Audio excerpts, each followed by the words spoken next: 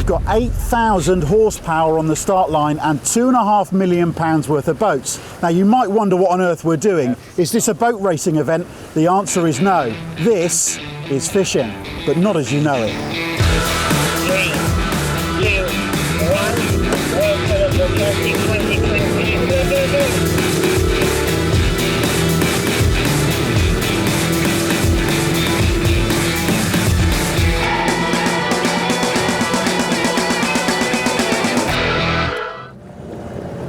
So we've got 3 days of this fantastic competition ahead of us. The World Predator Classic, though, hasn't taken place for 2 years because of COVID. So this morning, I caught up with a few of the competitors on the dock before they came out onto the herring fleet.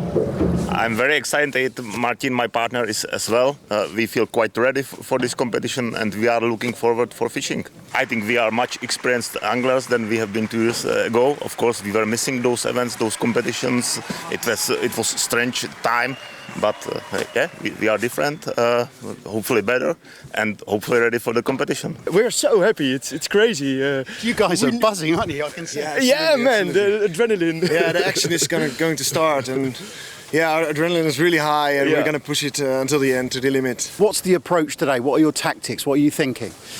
In general, we have to rethink everything because the dramatic change of the weather. We liked this change. We like the wind. We like the overcast. So the spots we found in training could be not the spots we fish now. So we try a different spot because of the situations for starters, and we'll see. It's like in a boxing match. So before and after you hug, and in between. Sportsmanship is high, but now they're enemies. We have waiting so long for it, so we are on fire. We are all excited, but to be honest, you need to be calm right now. Keep your focus, keep your head in the game, and as soon as the first fish will be in the boat, we both will be relieved. So let's see. I can imagine that first lure change. The hands are going to be shaking a bit, aren't they? Yeah. For me, I'm done. I'm already done. So it's like a huge, big family over here. To see all the guys again, it's amazing. We all waited for this for 2 years now, and finally it's gonna happen, and we're super excited. You have to know, I only slept for 1 hour and a half in total, but I'm not tired, so from excitement, a lot of adrenaline, like always. You've been through like 1,000 casts in your head last night then, have you? Yes, it goes all the time. What spot will I take first? The wind is coming from the northwest, maybe the spot on that location will be muddy, and so I think again, maybe I take that spot first. No, I'm gonna do that. Yeah, and it's not stopping. I have seen people, they come training for 2 or 3 weeks. Can you imagine, from Poland, from Czechia? So it's amazing. It's unbelievable. I fish every year the tournament, so I don't have any stress or something. You know, everything will happen. What will happen? So normally we are always somewhere in the top 10, but this year, you know, every year you say the same thing. There is only one place that counts, and that's number 1.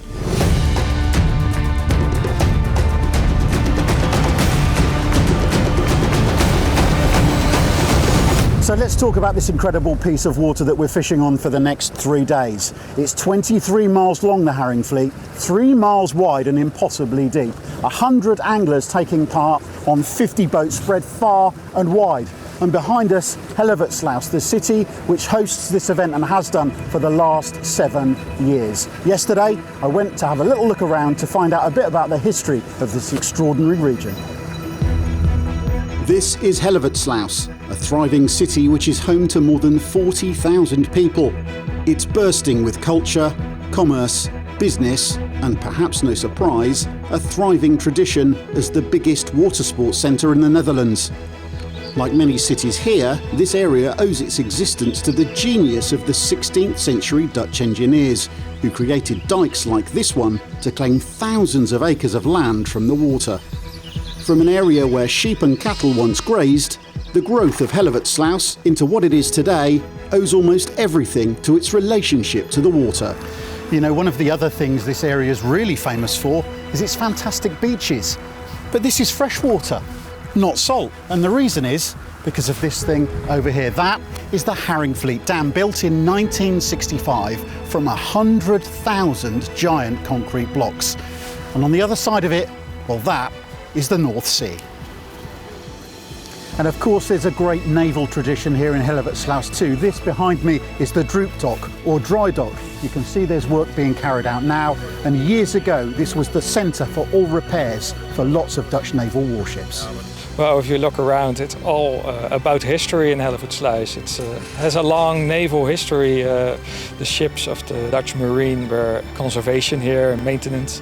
Well, that's a big adventure. If you look into the archives, every page has a new story to tell about what happened here with the ships. The people who worked here, carpenters, blacksmiths, they all worked here to get the fleet from the Dutch Marine in good shape, so we could beat the English in the wars.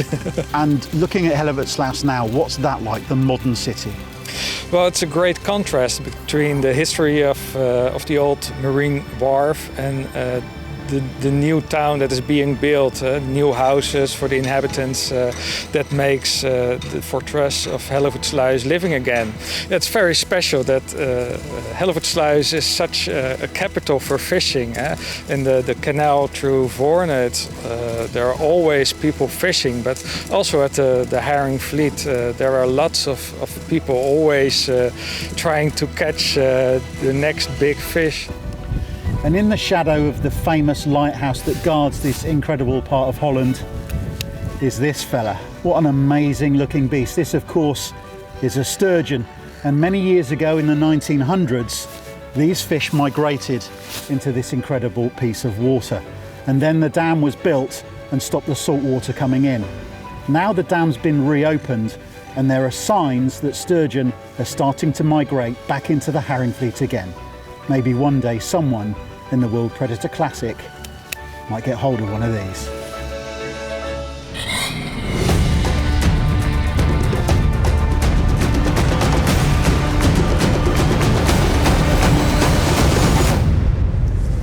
So for 400 years, boats have been going up and down this incredible piece of water. And here we are in 2021, the World Predator Classic has taken things to a whole new level.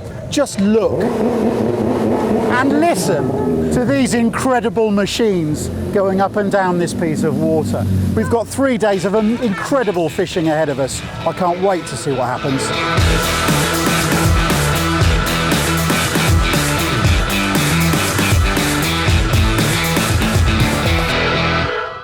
Well, I ought to introduce you to my co-commentator. Jens has actually won the Angling Super Cup event, which is the sister event of this fantastic competition.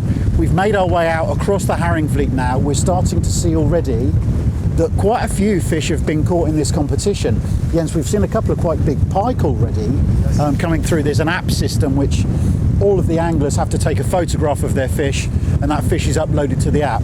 We've seen coming through pictures of 2 pike over a metre long. I have to say, I'm a bit surprised. Yeah, it's not the best, not the worst condition if it's windy on the water, because the water gets a bit dark and they don't realize this artificial lures so hard. And yeah, seems to be that a lot of fish are caught right now. And I saw them big perch as well, good sanders, and yeah. Do you know that I suppose, I mean, what I was thinking is we would see possibly 1 or 2 big pike that are caught in, you know, sheltered conditions. Yeah. The one fish I'm surprised to see that are coming out so far is perch. The one I'm not surprised at all to see is zander. Yeah. This is full of zander. Yeah. We've just actually come up to boat 17. Talk us through what we saw there. Yeah, we came across and they just caught a zander, I think around about 55. It's not the biggest one. But yeah, they're choosing the right place here, and we'll see. These areas, so they're kind of in the lee of the island, aren't they? You were saying a couple of minutes ago, this is one of the areas where the bait fish get driven into those areas. Yeah, depends on where the wind comes from. Yeah, and here in front of the stones, the pressure is on the stones, and the bait fish is here. And yeah, where the bait fish is, the predators aren't far away. So a little bit of drama on the water straight away this morning, and you can see that's actually the prize boat, so the boat that the competitors are going to win at the end of this incredible event. And on the boat there's Torsten and Stuart, and what's happened is that one of their team's boats has actually suffered a severe breakage this morning. So if you look at the front of the prize boat, there's the electric trolling motor, which helps to keep the boat in position. On the other boat, on the team's boat, that trolling motor snapped off this morning, and you can probably see it lying on the front of the boat there. The white trolling motor has actually come loose from the boat during their journey out into the herring fleet at extreme speeds. I mean, these things are like Formula One racing cars. They do some circles around us. High speed, very delicate instruments, very precision instruments, and when a catastrophic occurrence happens like that, you know, something snaps off. So the support boat has gone out. Now that's another kind of connection between what we're seeing, a fishing event, and this kind of Formula One style boat. I mean, look at the shape of that thing, and that does an incredible amount of speed. Jens, the repair's been carried out successfully by the sound of it. Absolutely, you know. Yeah. And Torsten, I bet, is just going to show off a little bit, which I think he quite enjoys doing, doesn't he? Look at that. That boat looks so cool in the water. Just turn a few donuts to show us what the boat can do. And just to remind you, that boat we're looking at now is what the team that win this competition will take away at the end of the World Predator Classic. £80,000 of boat that does 90 knots, cuts through the waves, full of tech, the ultimate fishing craft. And doesn't it travel? Wow.